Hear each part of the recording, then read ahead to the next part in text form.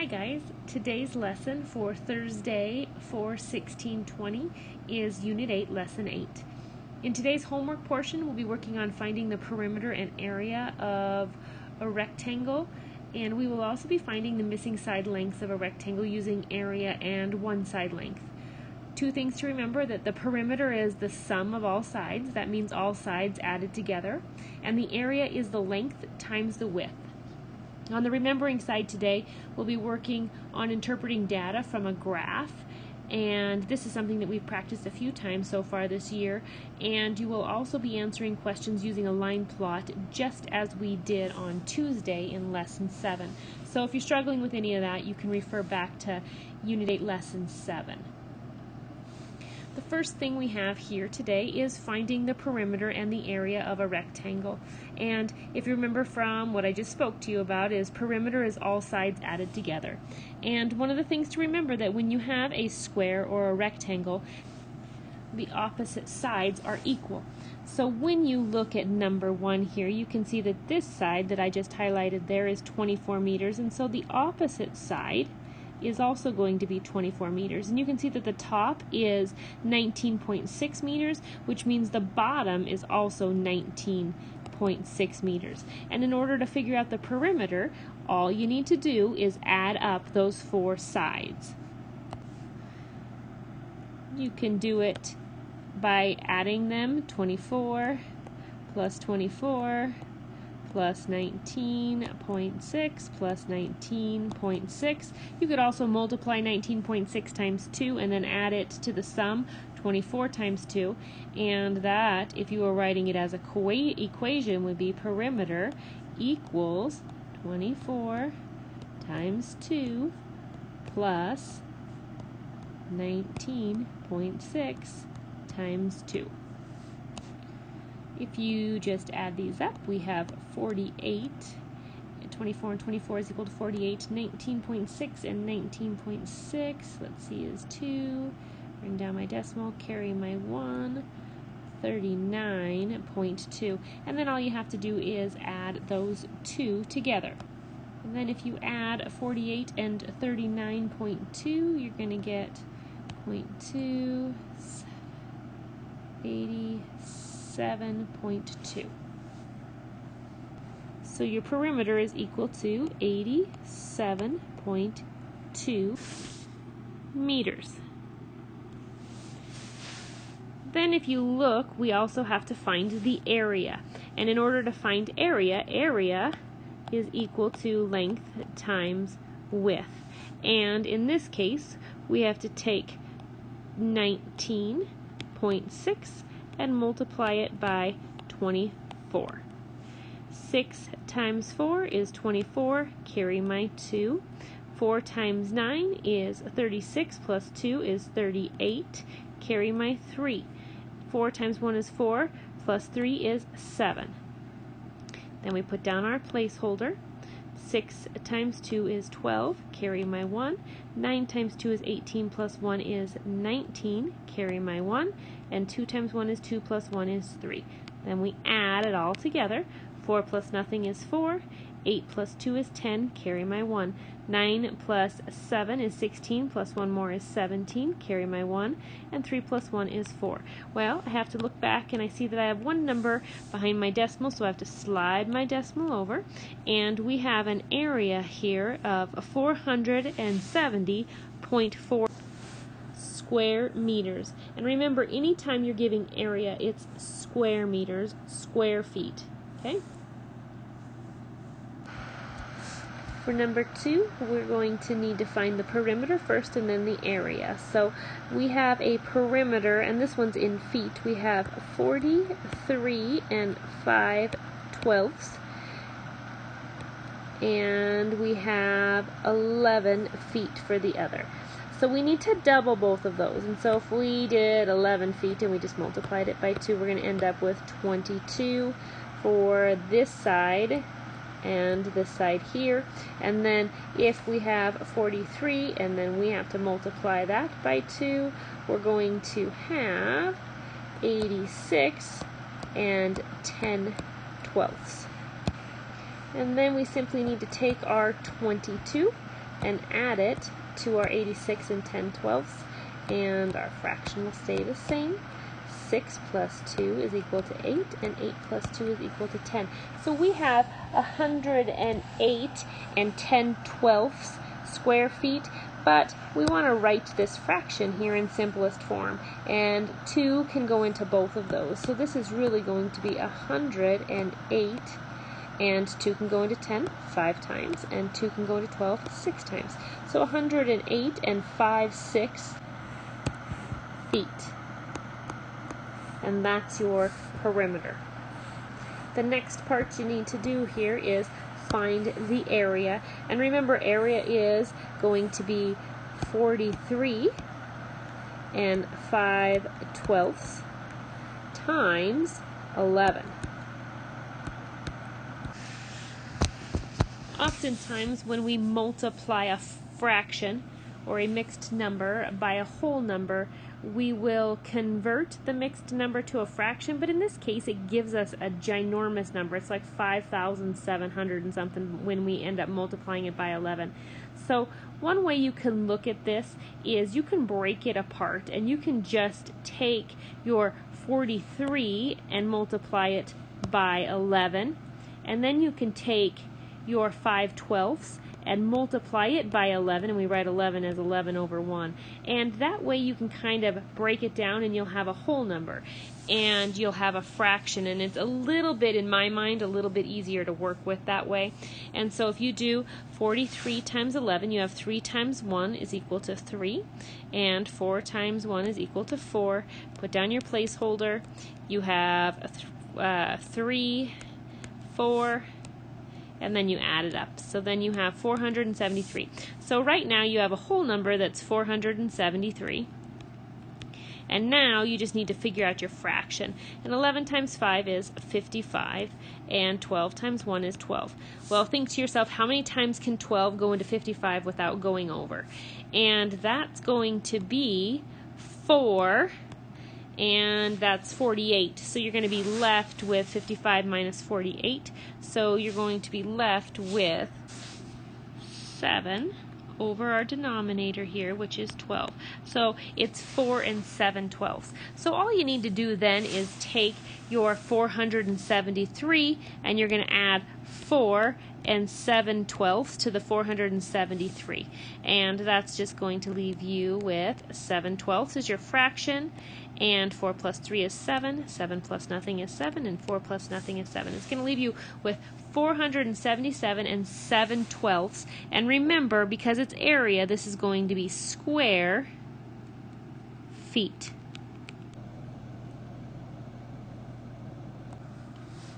Number 3, 4, 5, and 6. It says find the side length of the rectangle. In these problems, it gives you the area, which is inside the rectangle, and then it gives you a number one side that's outside of the rectangle. And so if we know that area is equal to length times width, if we were needing to find just the length or the width, we would just need to take, and we would move either the length or the width over to area. And so the way that we do that is we want to separate. So we're trying to find, on number 3, we're trying to find the width of this rectangle. And so we want width, which is over here in our equation, we want it to be alone. And so in order for it to be alone, we have to do the opposite, okay, operation that was being done on that side. And so the opposite of multiply is divide. And so we have to divide by the length and divide by the length. So in this area, the 85.4 needs to be divided by what the length is that we have, which is 6.1. And remember, when we have a decimal in our divisor, we always want to shift it over and get rid of that decimal. So we move the decimal over in the divisor, and we had to move it one place. Whatever we do to the divisor, we have to do to the dividend, so we have to move the decimal over one place, and then we're going to put that decimal up on the line so we don't forget to put it in place. We're going to ask ourselves, how many times can 61 go into 8? Well, it cannot, so 0. How many times can 61 go into 85? Once. and then we're going to put down our 61, and we're going to subtract. 5 minus 1 is equal to 4, and 8 minus 6 is equal to 2. This is our time here where we look at what we're left with, and here we're left with 24. And our check is to make sure that our remainder here is less than our divisor, and in this case it is. So we're good to go there. Now what we need to do is bring down our 4. And how many times can 61 go into 244? Well, remember when we talked about looking at maybe just the first numbers, and 6 can go into 24 4 times? So let's try 61 times 4 and see what it gets us. 4 times 1 is 4, 6 times 4 is 24. And so our answer here is going to be 14.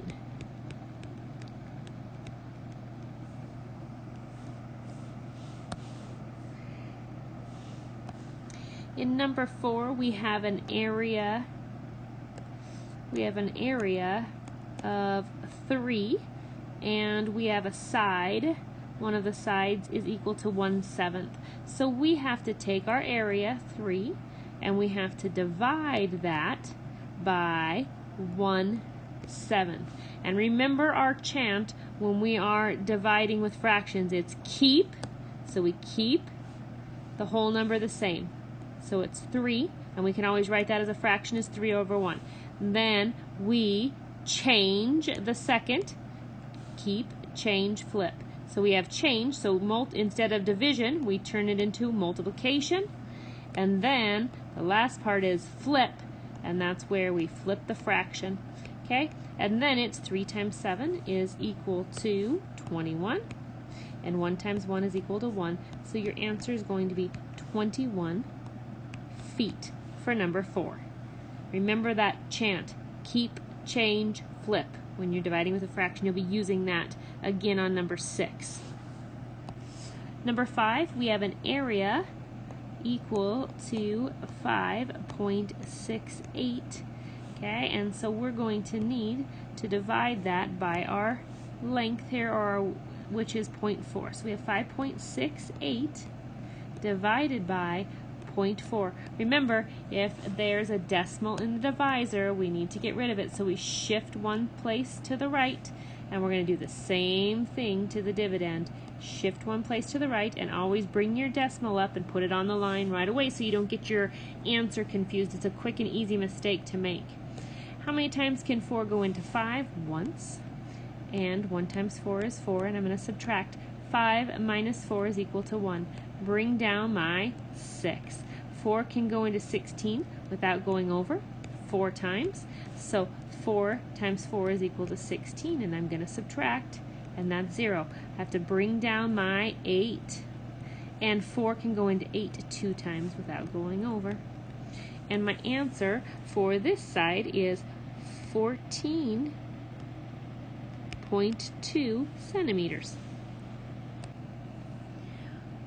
When we look here at number 6, our area is equal to 8.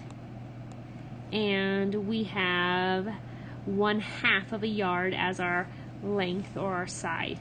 So we are going to take 8 divided by 1/2. Remember our chant, keep, change, flip. So we keep the 8 and we write it as a fraction, 8 over 1. We change the sign from division to multiplication, and we flip the fraction, becomes 2 over 1. And then we multiply straight across. 8 times 2 is equal to 16. 1 times 1 is equal to 1. And your answer is 16 yards. Now we're down to our 2-word problems. Number 7 says, Jared ran out of tile for his patio. The width of the remaining area is 2 2/9 feet. The length of the remaining area is 7 feet. How much does Jared have left to tile? Well, this is a case where it might help you to draw it out, because remember, area is what's in the middle, and that's what we're looking for. We don't know the area. We have 2 2/9, and we have 7. And so in order to find that area, we're going to have to multiply 2 2/9 times 7. And in order to do that, we're going to take our mixed number and we're going to turn it into an improper fraction. 9 times 2 is 18, plus 2 more is 20. So we have 20, and we leave our denominator the same, over 9 times, and how we write 7 as a fraction? Well, we write 7 over 1. So then all we have to do is 2 times 7 is 14, and then add the 0. Remember our tens trick, it's pretty easy. And then 9 times 1, and then we simply need to divide. We're going to take our 140 and we're going to divide it by 9. I don't think it's not going to go in evenly. 9 can go into 1 0 times. 9 can go into 14 once. And I need to subtract. I need to borrow. Comes 14 and a 0. 14 minus 9 is 5. Bring down my 0. 9 can go into 50 5 times. And 9 times 5 is equal to 45. Well, we're left here with a remainder of 5. So we take our remainder, which is 5, and we write it over the top of our divisor. So we would write it as 15 and 5. Oops, my pen's not working. And as 15 and 5 over 9. So our answer is 15 and 5/9. And remember, our label is the area piece, so it's square feet. Now we're going to move on to number 8. Number 8 says, Kyra is building a dollhouse. The carpet for the bedroom is 27 square inches. The length of the bedroom is 6 inches. How long is the width? Well, this is another one where we can draw out and to figure out what piece we're missing. Well, square inches is your indicator that that's the area of the carpet. Sorry about that. And so we have 27 in the middle. And then we know that one of the sides is 6. So in order to figure out what the missing side is, we need to take 27 and we need to divide it by 6.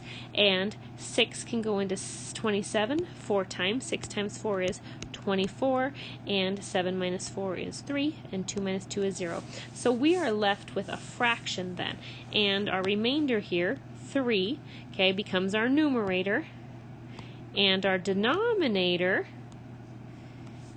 is our divisor. And so our answer is 4 3/6 inches. And we know that 3/6 can still be reduced. So it's going to be 4, and 3 can go into 3 once, and 3 can go into 6 twice. So 4 1/2 inches.